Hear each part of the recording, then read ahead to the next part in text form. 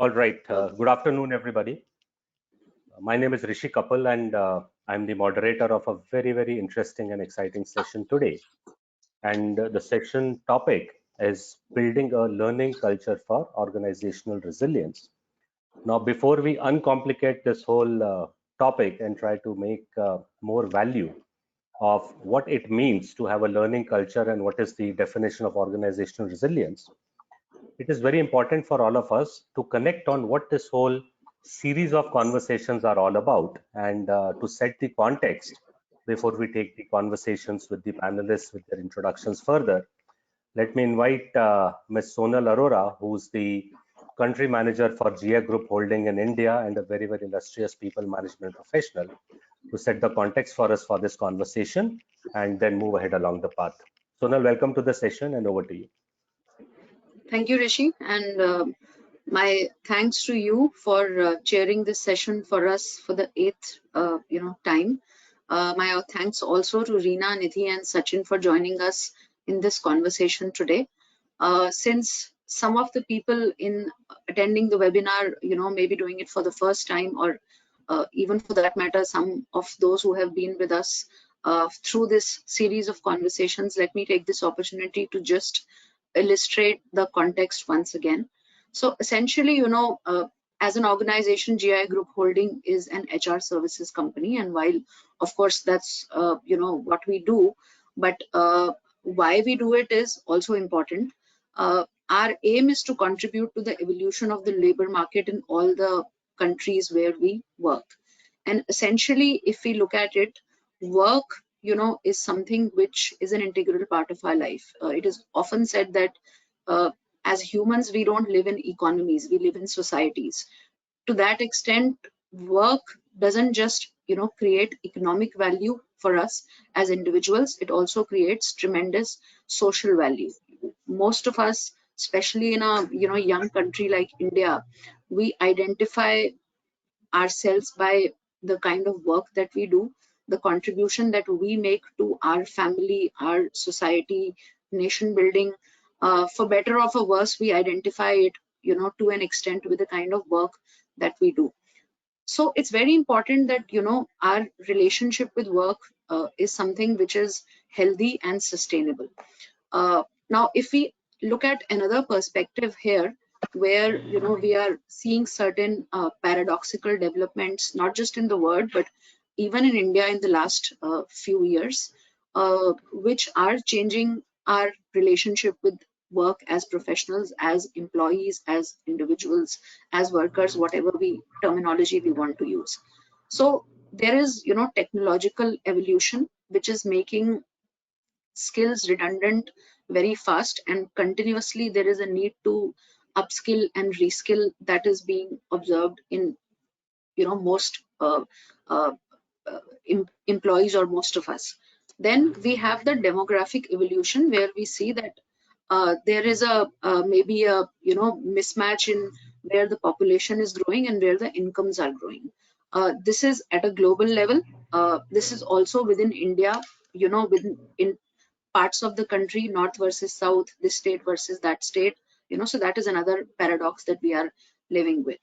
The third paradox that is not very apparent to us, but will become apparent because, as they say, future comes one day at a time, will be the ecological transitions that we will have to deal with, where going 2 decades, maybe the fossil fuels industry, which employs millions of workers, will become redundant or will need to be made redundant if we have to ensure the sustainability of the planet as a whole. And of course, the last but not the least, which has been accelerated thanks to the pandemic to some extent, our own attitude towards work. Right now in India, we see, and we often talk about it probably as HR professionals, how the millennials, their relationship with work is very different from the Gen X or the Gen Ys. They don't, their approach to work or their whole approach towards how they want to manage work-life balance, their careers, is a little bit different, and we are all said and done trying to operate in organizations where people from different generations are working and living together. So with this kind of paradoxes, operating, sustainable work becomes even more important, because the need is to have a larger and a very diverse section of the workforce stay in the workforce for a longer period of time.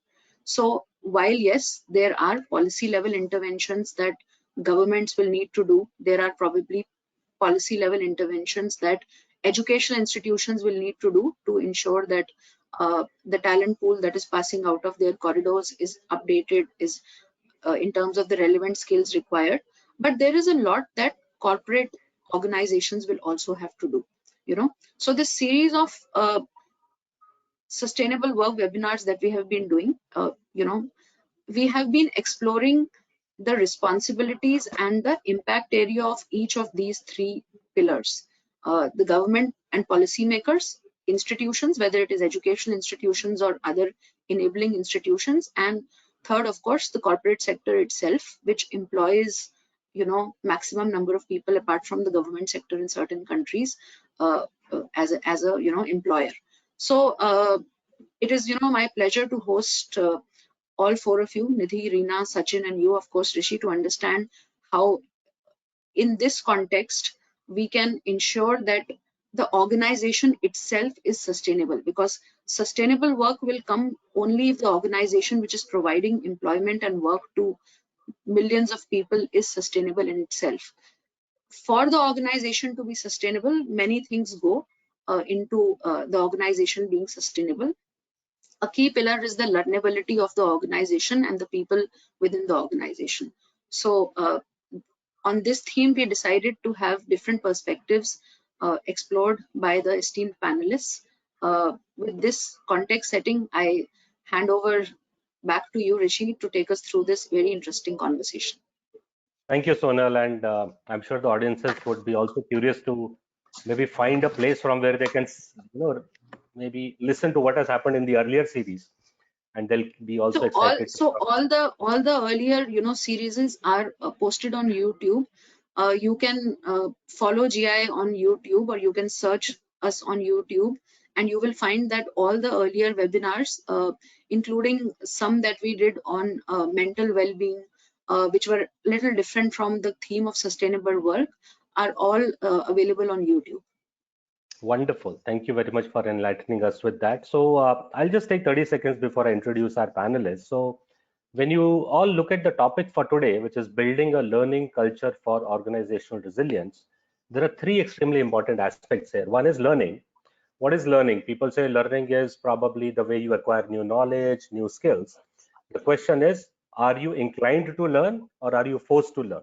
The second part is culture. And culturally, it is about sharing a common belief. So does the organization integrate itself to say that I'm culturally attuned to being sustainable and develop sustainable work practices, and that is the culture. And the third is organizational resilience. And while defining organizational resilience, trust me, I've rehearsed a lot to remember what is VUCA. So the volatile, uncertain, complex, and ambiguity, it is like, I actually been, it's like a detention where I've written it 100 times to know that I remember what is VUCA. But the fact of the matter is it had existed, it got aggravated, and it is still here today. So when the audience, as an audience, when you look at what's going to be discussed today, look at all the three aspects of the conversation, the learning aspect of it, the culture aspect of it, and the resilience aspect of it. And organizational resilience is the ability of an organization to bounce back when something untoward or uncertain happens. So it could not have been a more apt time when I have this extreme privilege and honor to host our illustrious speakers. So with that, I'll start the speakers introduction. So Sachin Narke, Sachin, welcome, and thank you for giving us your valuable time. So Sachin is the global head of L&D, learning and development at Forbes Marshall. So he's based out of Pune and has more than 20 years of rich experience in the field. And before that, Sachin has worked with very, very illustrious organizations, Mahindra and Mahindra and Tata Motors, to name a few. So there is a sectoral competence which Sachin brings with him, and extremely, extremely illustrious certifications in diversity and inclusion, organization design and development. I'm sure Sachin will come back in a while, but let me continue the conversation. And a lot of you might have heard about Hogan assessments and these psychometric assessments where Sachin is a specialist in it. And his key expertise are in strategic HR, learning and development, change management, talent management, and performance management. Sachin, welcome to the session today, and we look forward to learning from you in due course of time. Thank you, Rishi. Thank you. And I'm delighted to introduce Reena. Reena is based out of Hyderabad. And while we may all be victims of the internet, this is also a reason that we all are connecting from multiple cities. So we'll forgive the internet today. So Reena is currently the CHRO at Keolis, Hyderabad, the mass rapid transport system. Around 22 years of rich experience in end-to-end human resource management and industrial relations. And her core competence is in HR consulting, training organizations for large conglomerates. And Reena has also worked with organizations like Bhadra International. She was heading the industrial relations and HR relations for more than 4,500 employees in South and East. Coats India's HRBP for India manufacturing, and that is like 10,000 employees. And in TVS, where she played a vital role in setting up the BFSI training function and the staffing vertical. And she also happens to have multiple certifications with competency-based interview skills, leadership and strategic management, human rights, and human resource management. She's done her MBA in HR from Behrampur University, from where she did her certificate program in leadership and strategic management program from IIM Bangalore, and also completed executive development programs on labor law and industrial relations from XLRI. Then I hope I have covered most of the illustrious background of yours that we all have. So welcome to the panel today, and we look forward to learning from you. Thank you very much. Thank you, and welcoming Nidhi Sharma to the conversation today. She's currently the Director of Human Resources at Dentsu Worldwide Services. I'm sure all of us know about the organization. And again, with nearly 2 decades of rich and well-rounded HR experience, and a very, very high energy individual, and very passionate about making a difference to the likes of people management functions. And she's worked across global cultures and geographies in various industries, IT consulting, services, product companies, and she has the ability to deliver very, very agile and people-first solutions. And I mean, the cat is already out of the bag for a long time that people management actually is the reason why organizations succeed. And Nidhi has also worked with Synoptech, Conga, Mastech, Gateway, and many more organizations with multiple certifications in HR strategies, HR analytics, HR metrics, and performance management.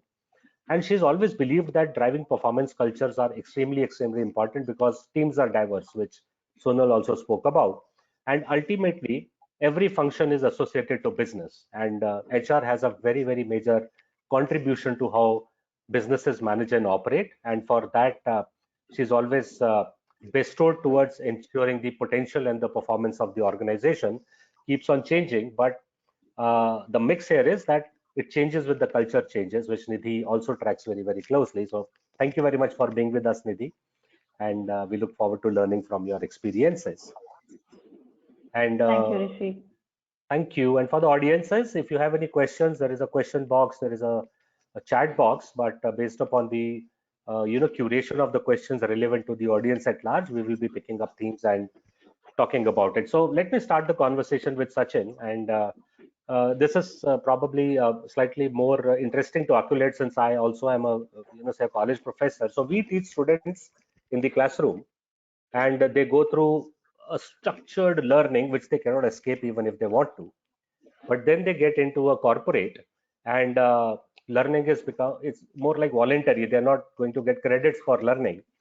So Aon Hewitt had a report which made a statement which says, as soon as a person exits the classroom and becomes a corporate professional, the learning is replaced by ladder climbing, and both of them generally don't go hand in hand, because on one side you need to run the stability and structure of the organization.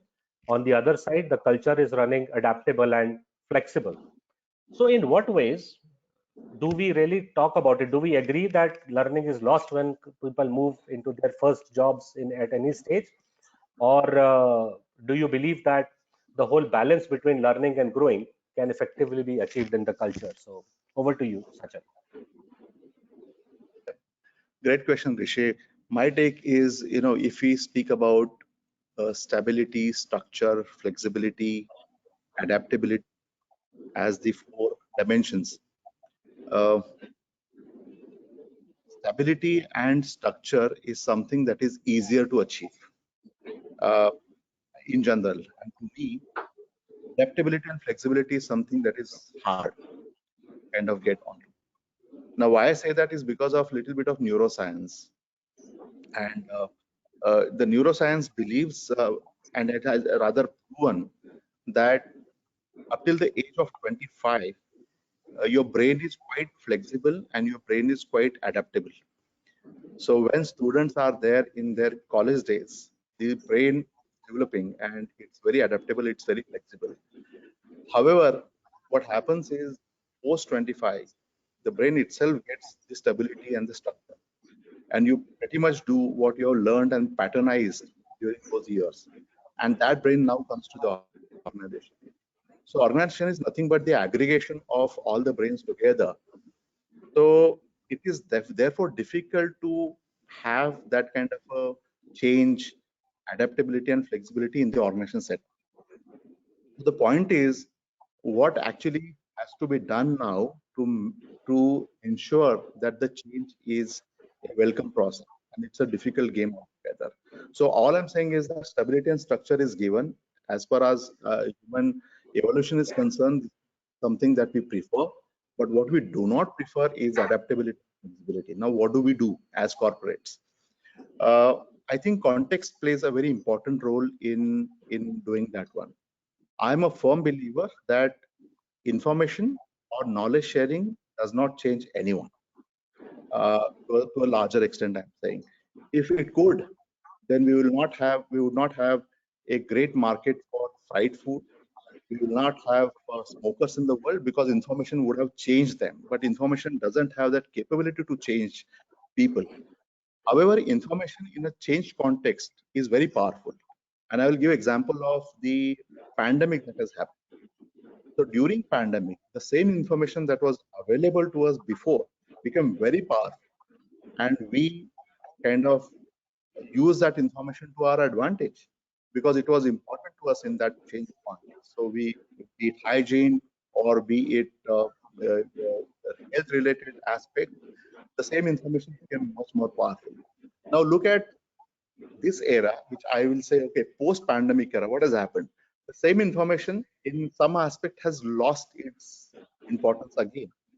And we were talking just before this discussion that when it comes to, let's say, hygiene, how many of us now are following what we learned during the pandemic? Some things are forgotten, but yes, some things are still being carried forward. Example, this online learning or virtual learning. So the very fact that we are actually meeting on this virtual platform is something that we learned during the pandemic. So I think context is a very powerful aspect when we talk about adaptability or flexibility. And if we work on the context, then information gains its power. So what we really need to do in the corporate setup is work on that context to bring the desired change. And how do we do that is my personal favorite. We don't have time today, but my personal favorite is Cotter's model of change, which we can refer to build that context in the organizational setup. So I believe that students, corporate world, the context is different, and we just need to build that context in the corporate setting to get the desired results. How wonderful, Sachin. Thank you. So one is so it's very interesting what you said, to say we all know probably what kind of food is something which we should avoid, but the fact of the matter is we would still go and grab a bite of it. So it is not about the information or the knowledge which is coming. And the second thing which you mentioned is very, very apt, which says that change is difficult, but you will have to welcome it. There is no other option when you look at making life to be more sustainable and flexible in terms of building organization culture and organizational resilience. So extremely valid inputs for our audience. And for our esteemed panelists, if you just want to stretch a conversation at any time, just feel free to jump in. But just in the interest of setting the context further with Reena. So Reena, I can just tell you by the limited experience I already have in education that every 1 or 2 years we sit with the industry as a board of studies and change what needs to be taught so that it becomes relevant to the industry. But a generation which had already passed 5 years ago, generation which is already working for the last 20, 30 years, will not be formally learning that into the classrooms. Now, as a CHRO, you will see people who are 20 to 25 years of age in your company, 25 to 35, and then 35 to 50 and 50 and beyond. How, as an organization, can one really manage the learning culture when the generation diversity is so large in an organization? Any takes and any experiences on that front? Yeah. Thanks, Rishi. Well, we have this facing this currently in my current organization, where we have quite a very diverse age groups, because we manage the metro rail, and we have youngsters, those who run the train or the stations and all. They are youngsters out from the college, and then we put them for training and all that. And then we have leaders or the managers, those who are experienced. They are all retired professionals, those who come from railways, and they have their own way of doing things. They have learned it all types. So it is sometimes becomes very difficult for us in terms of building that culture where you have to give inputs to someone who has got that much of experience to unlearn what they have learned and relearn. Because if you are not there in this stage where you are trying to not learn or cannot learn or unlearn, and it becomes very difficult for somebody to work in such organization, because it is not a government organization. It is again a private organization where learning is a day-to-day affair for us, and there is a lot of learning lessons which keeps happening, and people have to learn it. So we do a lot of methodologies in terms of seeing that there could be some synchronization which can happen. Well, people, those who come out from the campuses, they do have that ability to learn, and that is the process that we have built in the system, where unless and until you have completed your learning cycle and you are got this competency certificate, you are not being assigned for a particular job. So assigning that competency becomes a mandatory requirement for a person to grow in the ladder. But somebody who is already there in the organization, what we try and do is we give them sessions where we try and do this mentorship, for example, where there is they might not be looking forward for learning, but there could be something that we can do, not direct but indirect learning. And these days also reverse engineering works. We tell them, like, you have so much of experience in your expertise in your own area, but then small things like doing a PowerPoint presentation or an Excel, there is nothing wrong learning from a youngster who is good in these skills. So we do this reverse engineering in terms of involving youngsters who can train a senior most person of the organization, and cross functional training can also happen. So that is where we are trying to build something in the organization. And more than this, I personally feel that learning has no limitations if somebody has the right attitude and appetite for learning. There are so much of avenues available these days where they can subscribe for themselves, and then they can do the self-learning. That's reason, because whatever work that we are doing today, maybe 45% of that work will get obsolete down the line.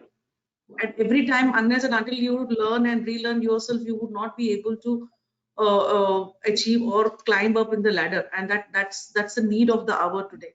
So whatever we have learned, it will go outdated, and that's where your college syllabus, for that matter, and whatever we get to learn in the college, we hardly apply that at work.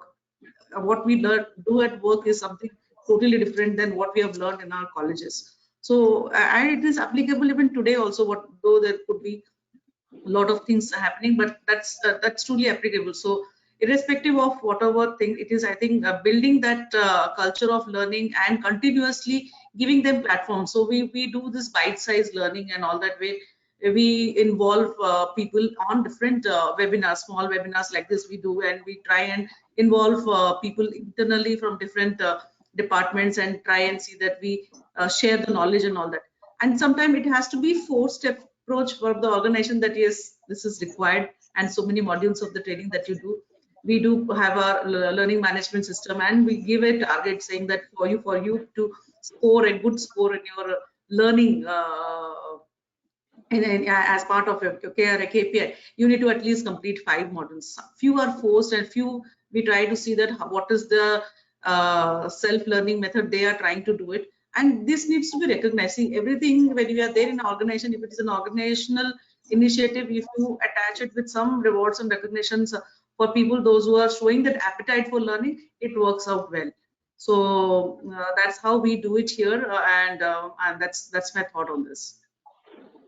How wonderful, Reena. In fact, I was very intrigued to hear about your reverse mentoring model, because I remember around 4 or 5 years ago, there was a change in a way parenting happened, where a bunch of teenagers actually started to conduct workshops for parents to say, how should you handle our generation? So it became known as reverse parenting, where the parent is not telling the child, but the child is actually taking workshops that this is the way we would want to be. And for many, it has worked out well. But when you say that the organization resilience is being built because the learning culture is breaking the barriers of generations, where maybe a 20-year-old joinee can actually mentor a 40-year-old individual, and a 40-year-old individual can mentor a 23 for 30 24-year-old individual, looks to be extremely thought-provoking. And I just hope that this journey successfully continues. And your talks about bite-sized learning, and your talks about ensuring that even people who technically retire because of age are still employed because of the work that they can do is very progressive. So thank you very much for sharing that information and insight with us. Earlier, it was actually thought that if your retirement age is approaching, come to the education side. But I'm really happy that a lot of sectors are, moving out from that direction. And yeah, Add.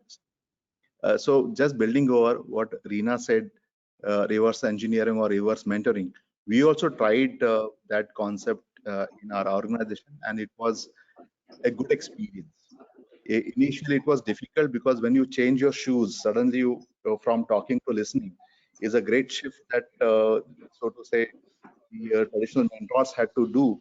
But the process was well appreciated, and it worked. It did not work also in some of the pockets, but we definitely see a great scalability of that concept in the organization. What we also saw is a platform that we created for a particular cohort, we can say a younger cohort, which was more preferred by them. It's called I Learn, where you don't have any facilitator. You just arrange some case study competitions. They get together, they learn the case study, and then they present their learning to the other group. So I think this was also well appreciated by that younger cohort. So I just wanted to add on what Rina said. it's wonderful. I just hope when you put two generations in a room and lock them, they both come out safe and sound. So Yeah. In very fact, interesting. our Kio Buddy that we have introduced, a mentoring initiative, it's working out well, where they share a good rapport and try to give inputs both ways. So it is working out well, and we are also doing it cross borders now. It is not just for the India. We have mentoring happening across the globe, where other countries mentor us and we mentor other teams across the border. So that also works out really well, because you also get to know about different culture and what Correct. happens. They people, I mean, we do so much, but many people do not get to know what happens. I mean, unless and until you market what you do. So this concept of budding or mentoring, where you get to know and talk, you can also talk about the initiatives that we do here in India. And it's not that the HR talks or the communication department speaks, but others also, they discuss, and it is taking a good shape. It's amazing to hear all your thoughts. And let me connect this to my next conversation with Nidhi, because what we're discussing is that when individuals have, say, a gender diversity or an age diversity, human resilience has to kick in first before the organizational resilience kicks in. And in a lot of organizations, the learning culture probably devours the individuals from the ability to embrace failures.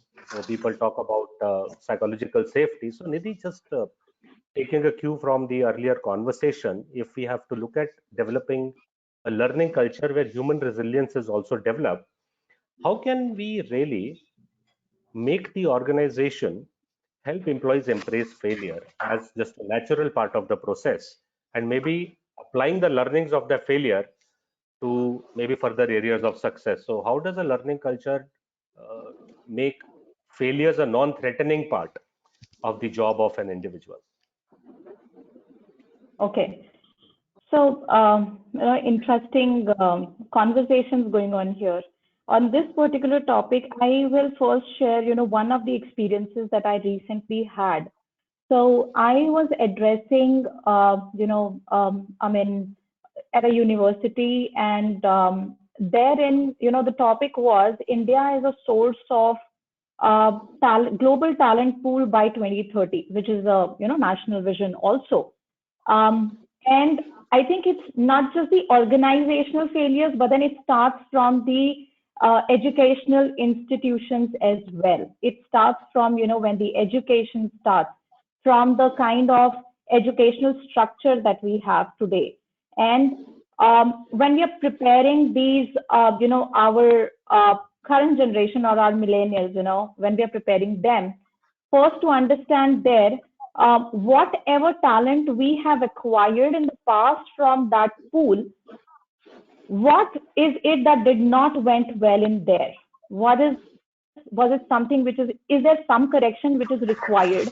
And to share that correction with these educational institutions, to tell them that, look, these are the examples. This is how, if you kind of make certain modifications in the learnings that your students are having, or if you need certain, if you can understand what is going to be the need of the industry in a practical world, and have that as a part of your education, that will help, getting us ready to be that global talent pool by 2030.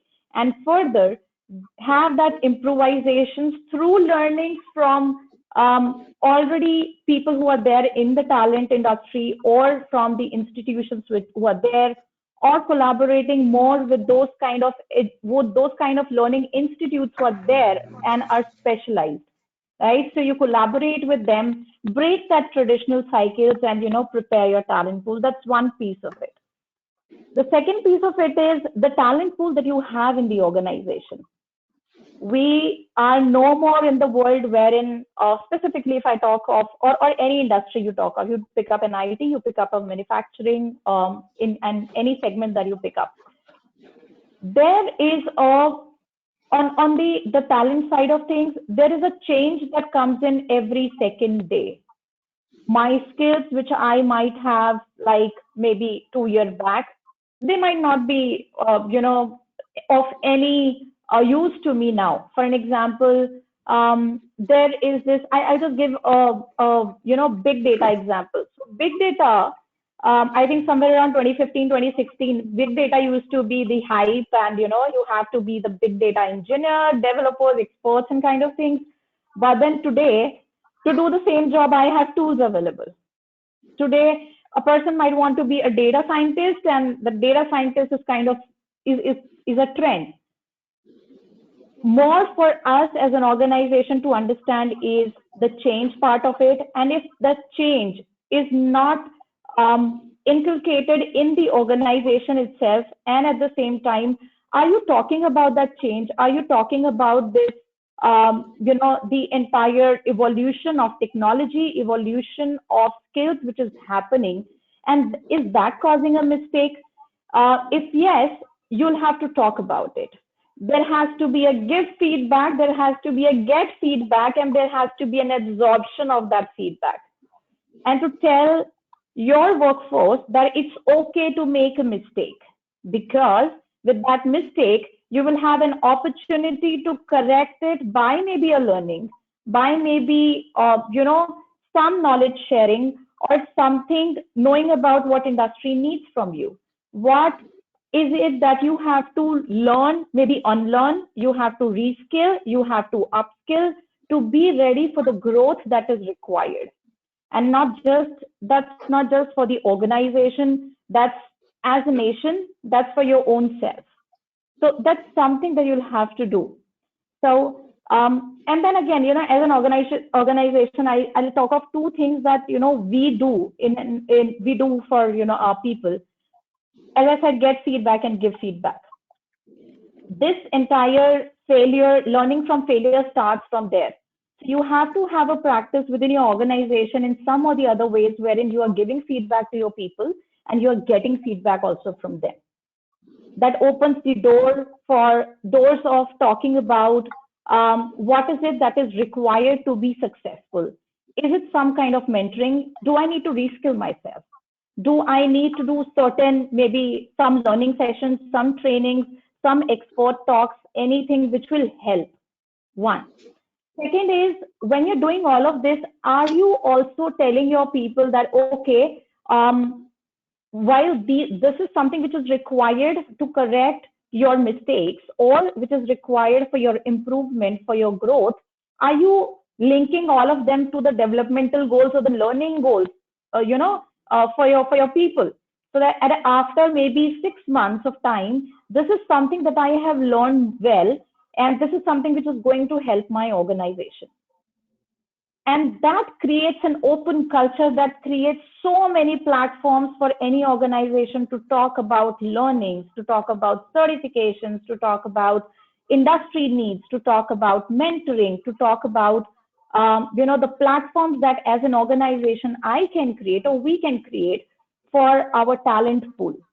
And last thing that I have to say is this. As an organization, again, for us as leaders within an organization, leaders are the ones who have to talk about their failures first, who have to talk about, who have to start giving those examples of, okay, we wanted to, run a project like this. This is the kind of sprint release maybe that we wanted to have, or implementation that was supposed to happen, but that it did not happen this way. And what is next that we do to make it happen more smoothly, more successfully the next time? And that's where, your learning and development teams, that culture of learning and development comes into picture. And these teams have to be more vocal. They have to more collaborative and communicative with the business to ensure that you have a culture of learning and development, and that comes through improvisations across the organization and the team.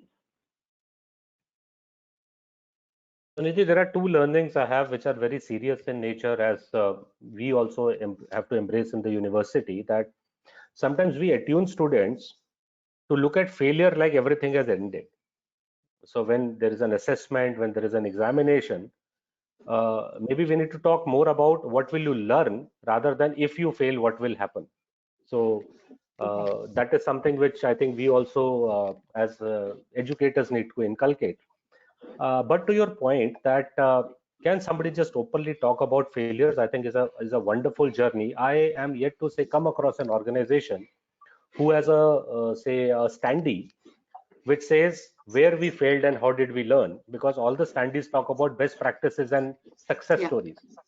So people do a lot of win-loss case analysis, but the walkthrough is always about the wins. But maybe the time has come where a generation puts their foot down to say that if you want to make the organizational resilient, also put one standee which says where did you lose and how did you learn of it, because then a new joinee comes with that mindset to say culturally this organization is neutral. This organization will not threaten psychological security based upon a particular failure. So I think it is, I think there's a lot that can happen. It's just about how adaptable the organization is to probably embrace the change. And we all know failure is an exception, not a practice. We cannot, appraise people to say that welcome to our organization because you have failed 7 times kind of a story. But maybe the time has come to give equal respect on both sides. While in the startup culture, I think it has happened. You will see a lot of organizations who fail gracefully, and failure is accepted as a lesson in life to succeed again. But in the employment scenario, maybe we just need to take that best practice from the startup ecosystem and give it equal respect. So thank you very much for. Right. Yeah, I think Right. Rishi, And that's a one very point, yeah, please go please ahead. continue. No, please continue, Nidhi. Okay. Okay. So another is, it's failure is not always bad. It's just that in an organizational life, it's sometimes bad, it's sometimes inevitable, it's sometimes good. And learning from failure is nothing but it's a straightforward, straightforward work and straightforward communication that happens when you are learning from a failure, communicating it, and then trying to make those corrections through any learnings. It's just straightforward. That's how it is taken up in an organizational life. Perfect. Sonal, you had something to say? Yes. Yeah, I think what happens, as you rightly said, in startup culture now, failure no longer has the stigma, but probably in more established companies, more established sectors, it still has. What we need to understand is that while success is important, and ideally our ratio of success to failure should ideally be skewed in favor of success, but success is a poor teacher for two reasons. One, it doesn't usually teach you what you could have done better, and also sometimes it makes you complacent. So there is a need to maybe normalize failure at times within organizations, the aspect of psychological safety, that try to do something different or differently, and even if it fails, it's okay. I think what is important is to encourage experimentation, especially in an organization, in maybe certain non-critical projects, etc., where the risk of failure or the impact of failure could be lesser. The if your stakes are high, then you cannot afford to fail. But organizations should encourage experimentation, newer approaches to doing work, which could be innovative, because there, if there is failure, then the impact on business is going to be less, and therefore it will be easier to deal with the consequences of failure. So usually why we don't openly embrace failure is because the impact it has on business. So we have to go about it maybe in a little those areas where the impact of on business will be less, and then it becomes a practice within the organization to be more risk taking, so to speak. No, in fact, I heard a team say a couple of weeks ago to me that we are told that this is success, but we never participated in defining what is success. So sometimes when you look at a project outcome, the team executing it was never a part of the decision on what is success. And so at least people are not talking about it, to say that make it inclusive. So if you say, hey, this thing has to be achieved, at least sit with the team to collectively agree it has to be achieved, rather than a direction coming from a place to say that if you don't achieve this, you have failed. If you achieve this, you have succeeded. So I think a lot is expected to change, and I believe leaders like you will have to be those role models who bite the bullet and first make things happen. So we have around 15-20 minutes. So let me just. Is it okay if I can just add to Yes, Nidhi? absolutely. Yeah, we have this lessons learned as a session that we do. Wow. Any failure which happens, we do it through either a toolbox talk or a safety briefings that we do. And this has been told to each and every employee, and it is cascaded down. We have this daily meetings where we do a safety meeting and all.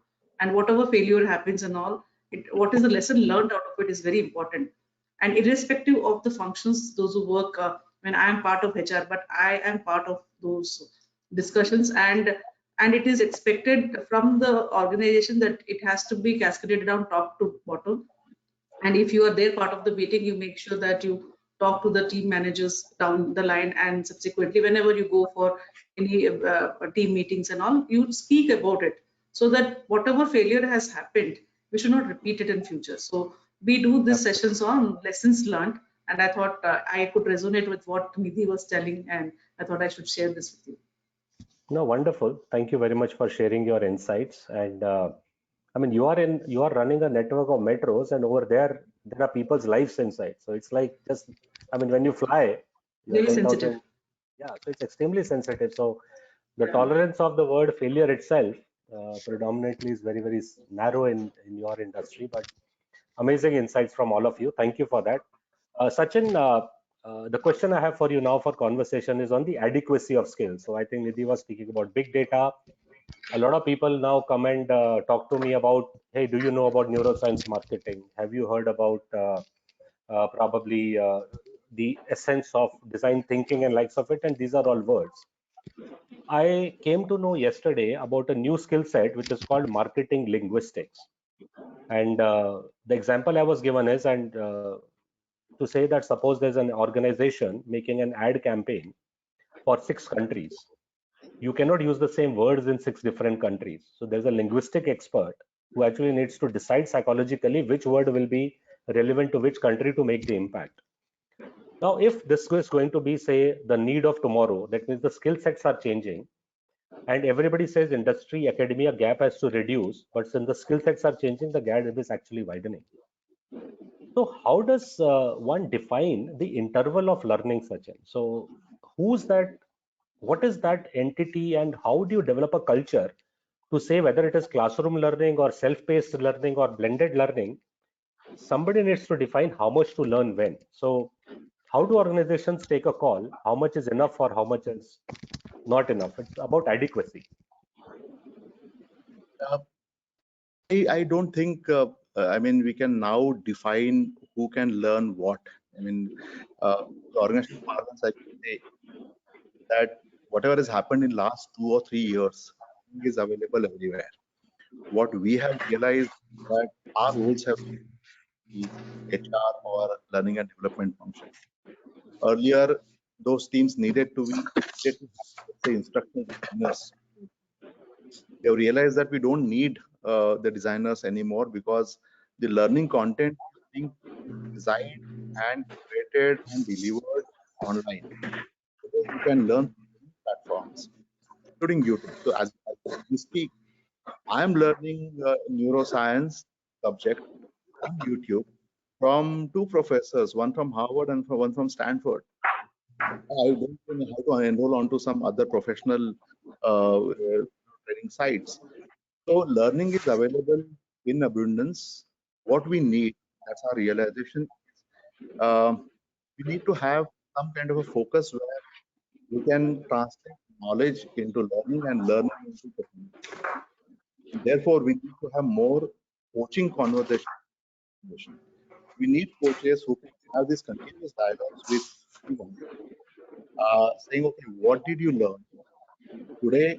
From where you learned is not the question, because you can learn even from the WhatsApp University. I don't treat WhatsApp messages as complete nonsense. I mean, wealth of knowledge there also.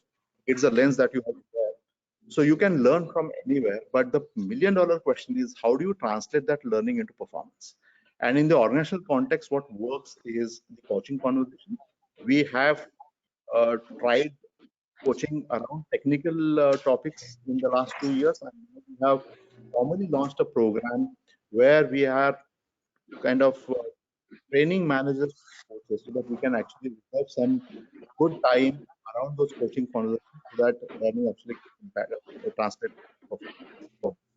So to me, the question is something different. It's not from where to learn, but how do we actually convert that into performance? You're absolutely fine. And maybe the time has also come to democratize it rather than saying this is the calendar and you learn according to this calendar. It is about telling people make your own calendar, but the end result should be that you should be able to add value to the objective that you need to achieve. And yeah, so I mean, it's very intriguing to hear that WhatsApp unofficially has actually got a university tag now.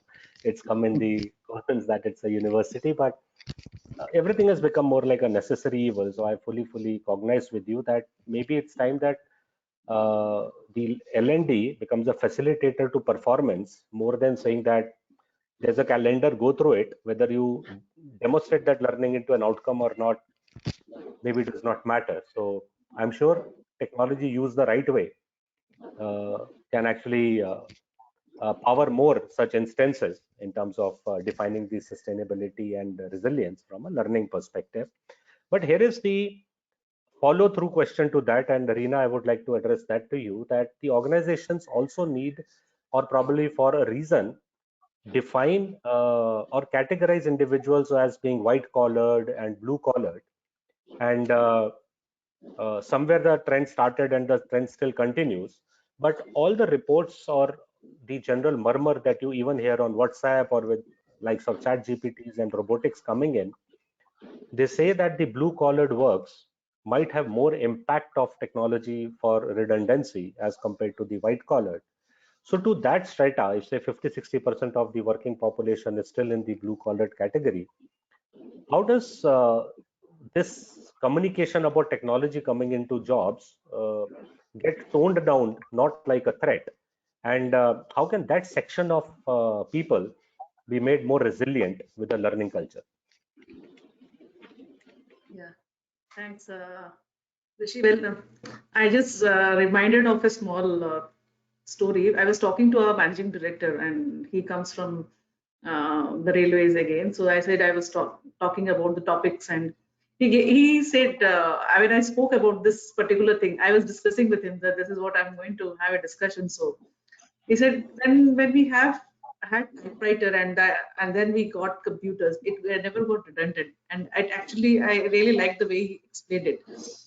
And so that's what, going back to the question that you're saying. So there will be automation happening because we are leading into a different sphere of things that we are going to do. But then there will be also people, those who will be looking forward for different types of job opportunities where they can upskill themselves, learn themselves, because they would not like to be someone who doesn't have a job. So there are possibilities there, and but organizations would play a very important and significant role here, wherein they would have to, one is educate them in terms of what are the skill set that would be required. When it is an automation, it is only the human being who will run those automated machines or whatever it is. And there will be a lot of work that would be definitely there in terms of doing, in terms of whether it is in terms of maintenance or in terms of upkeeping. All those work will be there, and if they are able to upskill themselves in terms of seeing that what is the need for them to meet to the today's criteria of handling those automated machines, there would be jobs available. Suppose if there are 500 employees, not that 500 employees would get fit into it, but people, those who are coming forward in terms of ensuring that they want to learn and also upskill themselves, they would definitely have some amount of job available. But it again depends on the organization, on what is the amount of education that we are giving or awareness that we are giving, not just from the HR, also from the line managers, to say that this is going to be the need of the hour. Are you ready for that skill? And not that all those blue collar will become redundant. There would be requirements coming in other support functions as well. So I think I mentioned you about one of my handyman who worked in Bhadra, become an HR manager. And he actually has become, because it's not that the requirement, we were going for automation, but then he always showed an appetite for learning. And each time it was identified. So it becomes again important for the people, those who are managing the blue collars, to identify if they have a talent and give them that platform, that so that they actually grow up in the organization. So one is we can give them opportunities and prepare them. There could be possibilities that we can always prepare them for different things and different job opportunities that could come up because of an automation, and educate them at each and every time so that they are not left out with any opportunity for them. It should be something that is there for them, and each one of them will have their piece of work that would be required. It's wonderful, Reena. And in fact, we all know that every company is diversifying their portfolios. So even if suppose automation happens in a particular product line, there's a possibility 10 new product lines are opening up, and everybody may not be operating, automating them from day one. So as you rightly mentioned, there's a possibility that a traditional business might have automation, but if that business is also expanding into 10 different areas. So let's look at the last 2 years. The amount of capacity that would have got created for hand sanitizers and masks was unprecedented, and there would have been a time when maybe there was a shortage of manpower in that industry. Yes, Sonal, you have something to add. Yeah, so just 2 days back, I read a very interesting fact related to automation. It says that I mean, in US they have now, in India also for that matter, there is a lot of research around drones and usage of drones, especially in defense, in related sectors, or even maybe logistics. So there is a study which has conclusively shown that in US, for every one human job that has been taken away because of a drone, 10 more jobs have been created to let's say operate the drone or the allied things which go into actually having the drone do the work. So yeah, I don't think automation will drastically lead to unemployment, but yes, it will definitely bring in a lot of need for skilling and upskilling, because the nature of jobs will change. Jobs will not go away, but we'll have to learn to be ready for the new kinds of jobs that come. So it's very interesting, Sonal, because just sorry, Sachin, just completing. So when you say for one drone there are 10 opportunities, the news might only just carry that there is a drone coming. I think from the ecosystem of the news traveling and the media, they should also say that the drones are coming, but with every drone, 10 jobs are also coming. Like we run a drone pilot course for engineering students, and it's highly sophisticated. Running a drone is not as easy as just sitting and playing a game, so to say. But I believe one day the media should also realize to say there are 10 new jobs created, and then say because there are drones coming into the ecosystem. Yeah, Sachin. No, I was just extending to what Sonal said. I think technology is going to take a part of everyone's job, and we should not say, okay, I belong to this and therefore it's not going to hit me. It's going to hit you. True. Sometimes we know what's going to hit us, and sometimes we don't know what's going to hit us. So disruption is going to happen. My personal take on this is every year we should know and we should learn at least 2 new skills, and those skills can be aligned to what you're doing, or it can be entirely different. That's how you can prepare yourself for future, because like what is being said here, while some jobs, some part of their jobs can be taken away with technology, there will always be new opportunities. So are you gearing yourself up for those new opportunities? We have to think right now. Absolutely, absolutely. So I think technology is like your brother or sister from another mother kind of a thing, that you need to take it as a part of the family and move on, rather than keeping it at the doorstep. So thank you for that. And Nidhi, this one is something which I have never been able to find an answer to, and then when experts are there, the easiest part is to ask a question.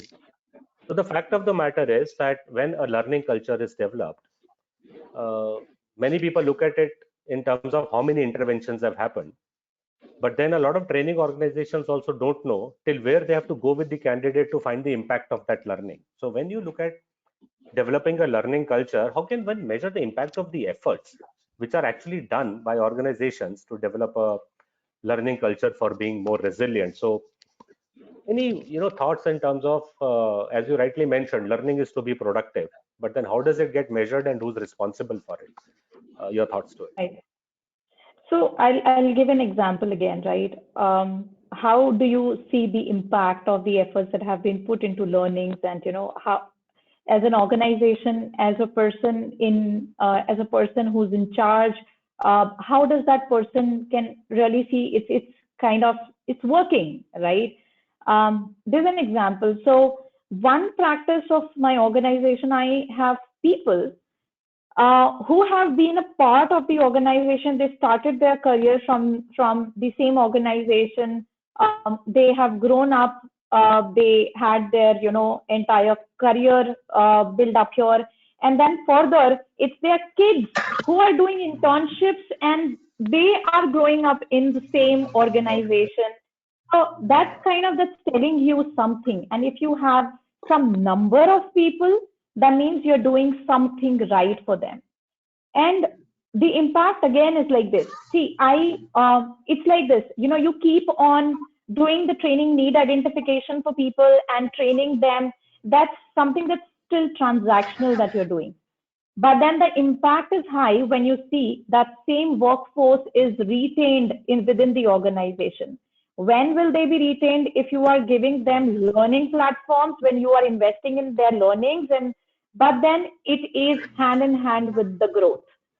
If those people who you have invested in, they're also growing up the ladder, they're growing up in the skills and everything, I think that's where it tells you that you are doing something right on your learning. And that is again an organization to keep measuring, to keep tracking year on year or time on time, that how many people do I see, I invested in this much. These are the people I see, climbing up the ladder and, really coming up, really building up an organization wherein, we say like this, you're a part of the family. Who do you say that you are a part of the family when you are seeing that those people are with the organization since time? They have seen all the ups and downs with you, and they are growing ahead with you, and then further the next generation coming in, they are growing with you. So I think that's where I see it. And impact of a learning culture is that you do not need to invest in those niche skills or those kind of specialized skills hiring from outside, but then you are developing those skills in house. And it is going to be creating that kind of a talent pool within your own organization is going to be very critical now in this era that we are in, because of the change that we are seeing on the technical side, on the technology side. So those are the skills which are very, very hard to develop. Rather than it's easy for you to train your people internally, upskilling them, and then, having those people trained and grown up with your organization and with your business. No, it's very, very apt because, in my PhD journey, I came across a term called boomerangs, and I did not know boomerang means a person is coming back to the old employer. And I was interviewing a few of them that why are you back? And they said we were still learning when we were in this organization. So culturally, the boomeranging was not for the money or probably somebody begging them to come back. They said that we were still growing psychologically, emotionally, mentally, and skill based because there was a learning culture in the organization. And as you rightly mentioned, that the individual also needs to stay invested, and maybe the organization needs to take pride in also saying that, hey, this person who learned from my organization is heading another organization. So the world becomes really, really connected rather than, with no offense, I know there are companies who have a policy to say once you have left us, you cannot come back. But I think maybe the world will not work that way in the near future. I think it's something that's linked to what Reena said, right? Reena mentioned that you have to give opportunities to people internally in your organization. I mean, people might have that potential, right? So you have to run programs. You have to have giving those opportunities to your already available talent pool, and asking them, okay, this is something that I have for you. Are you really interested? If you are, just go through it. It's okay. There will be some learnings, there will be some time it will require, but then giving people an internal growth, maybe not in the same domain, in something else, that also creates that culture of growth and learning at the same time. So it is, all Absolutely. hand in hand. Yeah. Sounds like a plan. I think we can go on, and there will be audience who would want to listen on and on, but we have a respect for time for all of you as well, the people. So in the interest of time, if there are any questions, please put them on to maybe the GI page or to us as individuals on LinkedIn as well. But looking at the whole conundrum of creating organizational resilience with learning culture, I think what we heard today is it's everybody's responsibility. Second, technology is a family member.